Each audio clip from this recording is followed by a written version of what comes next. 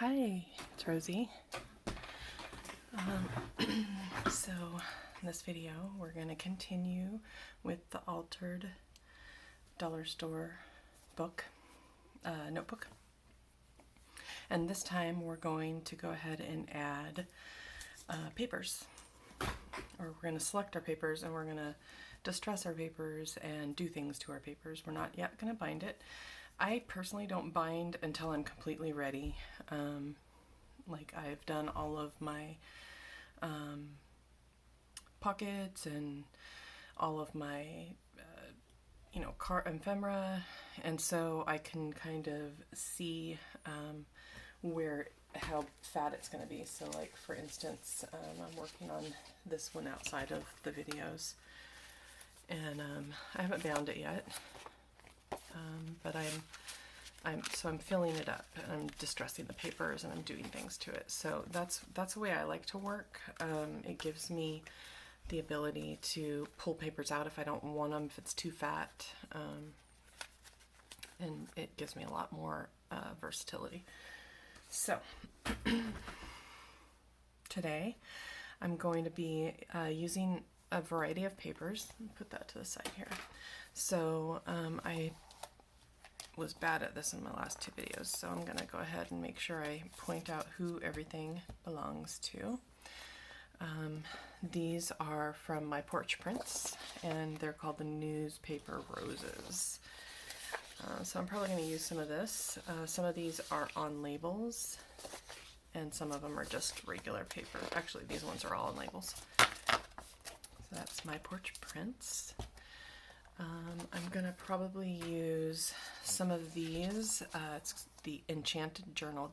These are the Etsy shops, my Porch prints. The Enchanted Journal is this one, and it's Junk Journal by Page. And then there's, in the packet, there's different ones that you get, corners and tags and all of that. So I'm probably going to use some of those. I actually have some of those that I had printed on cardboard. And I'm gonna just pull out some of those so you can see my box of little ephemera. So I printed them on ivory cardboard and made them thicker. So the first time I printed them on regular paper, and they're just super flimsy that way. So I decided to go ahead and try it out that way. I think I have a few other ones in here. Maybe I pulled them out already.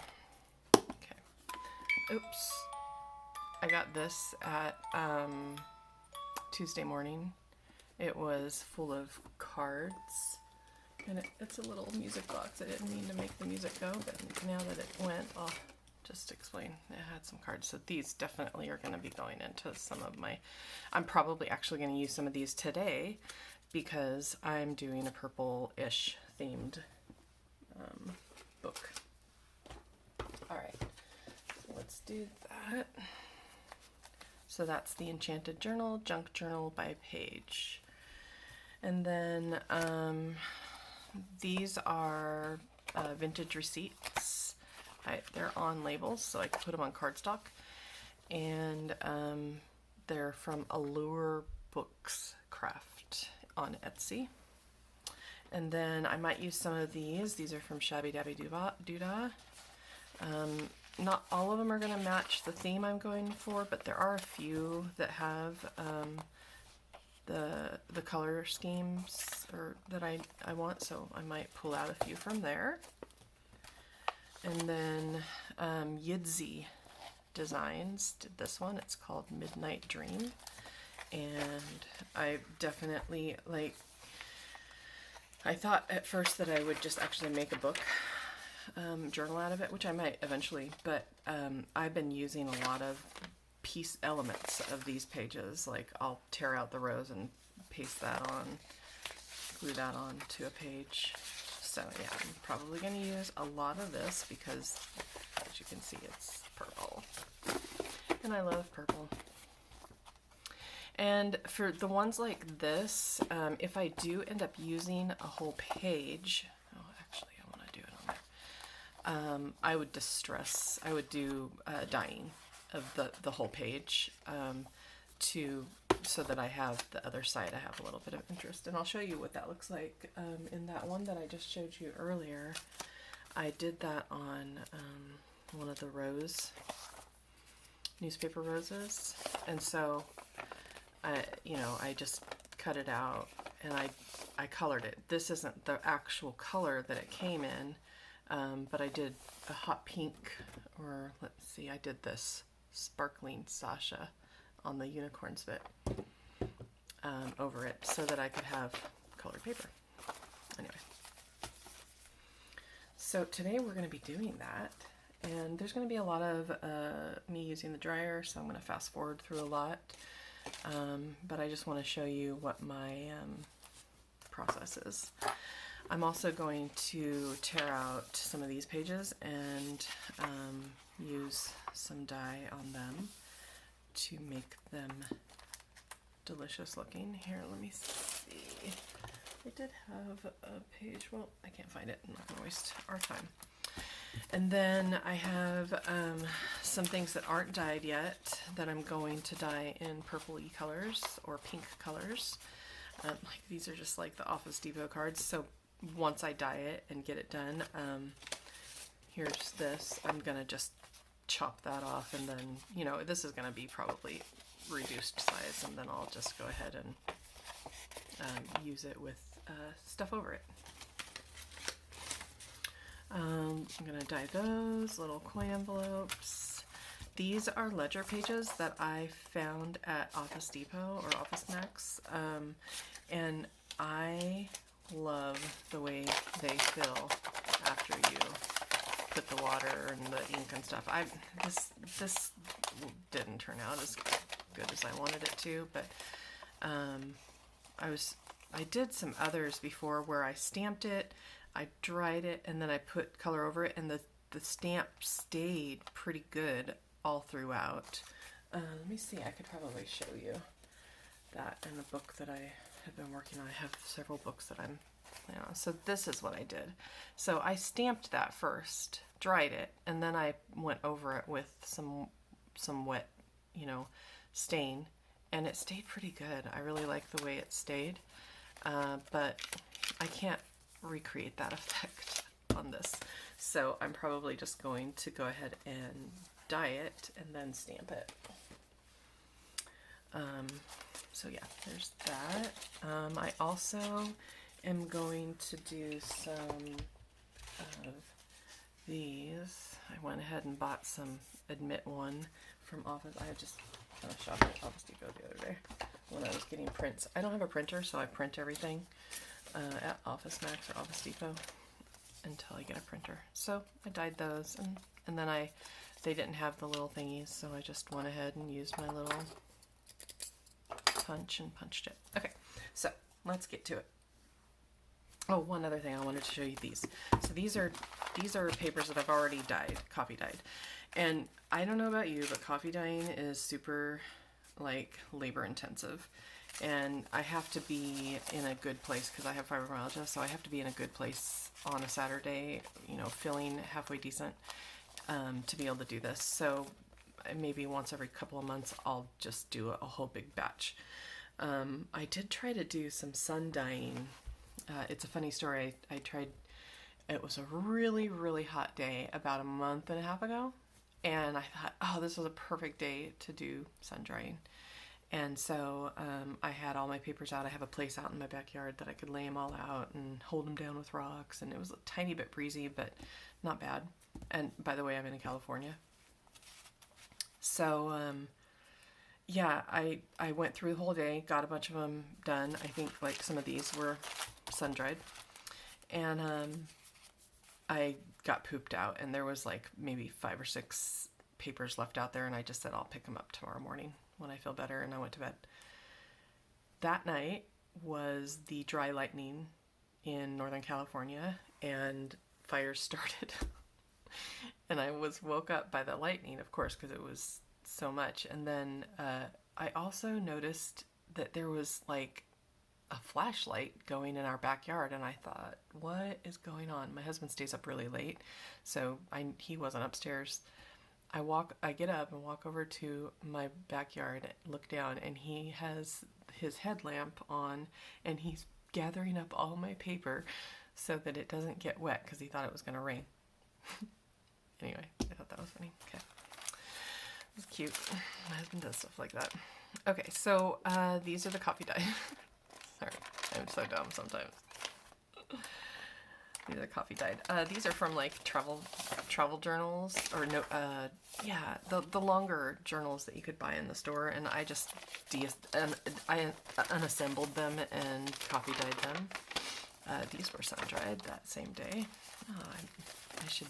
That could be a thing. Like, these were sun dried the day before the 2019 or 20 fires in Northern California. Of course, that's like an occurrence that happens all the time in California.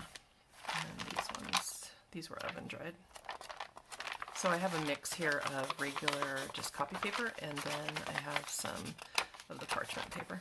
Okay, so we're going to do more to these papers because this is a purple journal. All right, so I'm going to go ahead and I'm going to start doing my process, and when I view the video, I will probably fast forward through a bunch so that it doesn't bore you to death. I do want to point out, this is what I do. I thought this was a good time to show you this.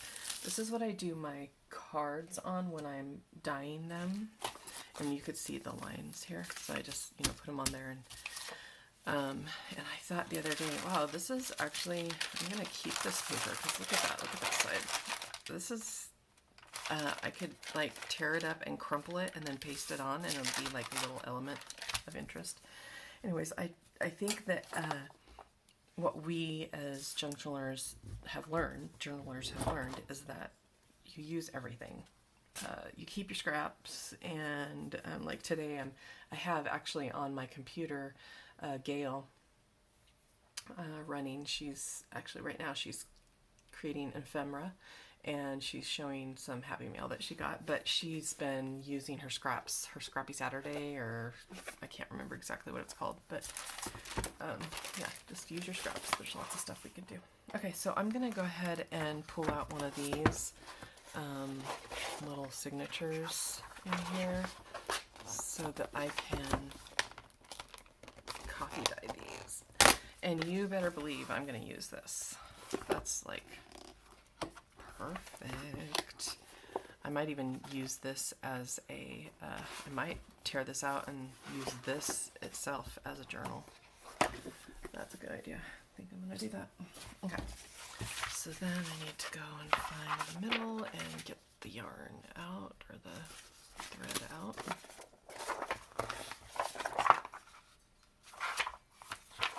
And I was gonna do this all before, but I thought, well, I could just fast forward through, and I think that part of this is showing you my process.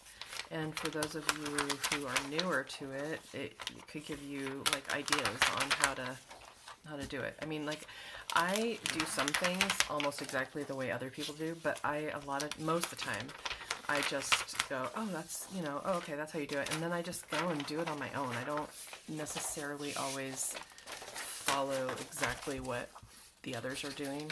And I think that's how you start creating your own style, is just do your own thing. We all kind of have the foundation of what needs to happen, and then just do your own thing. Okay, so I'm getting ready to do some dyeing. I have an empty thing here. I'm gonna start off with, not that color. I'm gonna start off with purple. Actually, you know what? This is already kind of a purpley color. I'm gonna start off with the pink sparkling Sasha. Okay, so I'm gonna just put a little bit in there. And then, where's my handy dandy water squirt bottle? It's a mayonnaise bottle, but it works. It does the trick. Okay, and I kind of like to put a lot of water in there because a lot of times I don't want it super thick. I'll go back after I do it and put darker spots on it, but when I'm doing it this way, I want to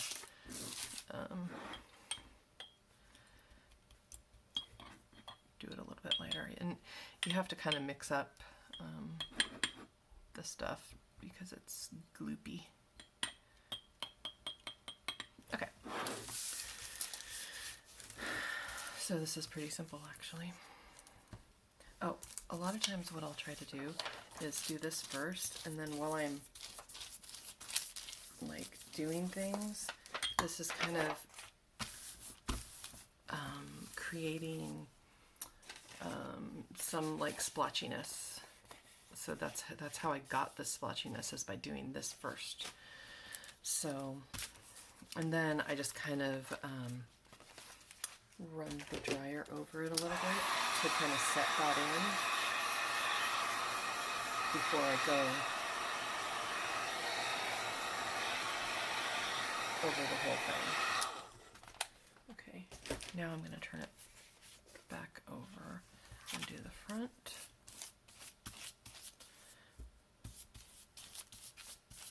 I like to leave little sections that are heavier than the others because that creates a little interest. And because that's there, I'm going to go ahead and draw that now.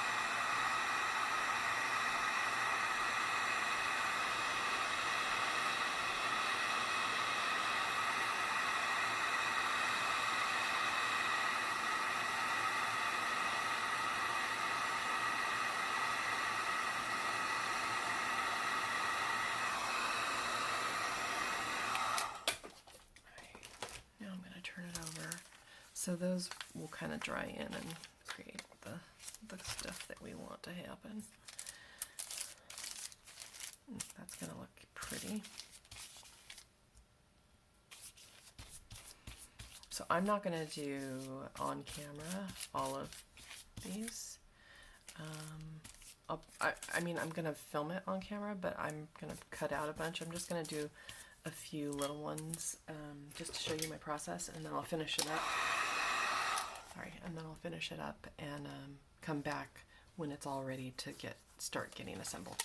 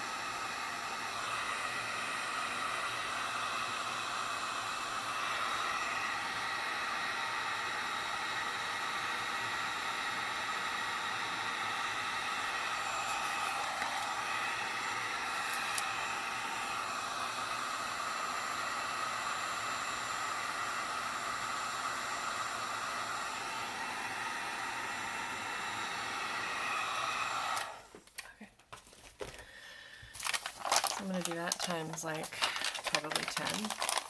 Oh, I love crunchy paper. Oh my goodness. So, some of you might be asking, why are you drying it? Why not put it in the oven? Which, like, do it if that's what you want to do. For me, I found that doing it like this when I don't need very much is less labor intensive for me, so that's why I do it that way. Also, it's warm in California right now, and putting on the oven is not what I want to do. So I do it this way. You absolutely could put these in the oven. I looked at the unicorn spit and I did not see that it was flammable. So I think it's probably safe to use in the oven. I haven't tried it because I do it this way, but I mean, I'm blow drying it, so the temperature you put it in the oven at is pretty low, and it just kind of slowly dries, so you're probably safe to do that. So that's that one. So I'm going to put that one aside now, and I'm going to go ahead and move on to another form of what I'm going to dye. So I'm going to do that same effect.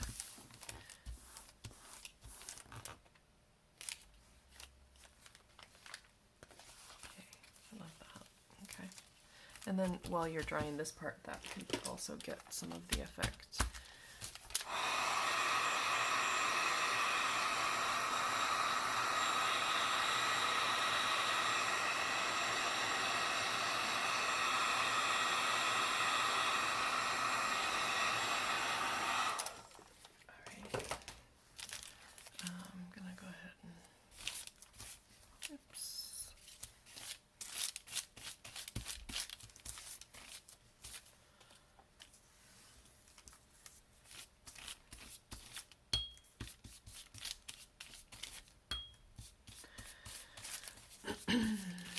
Alright, so dry that.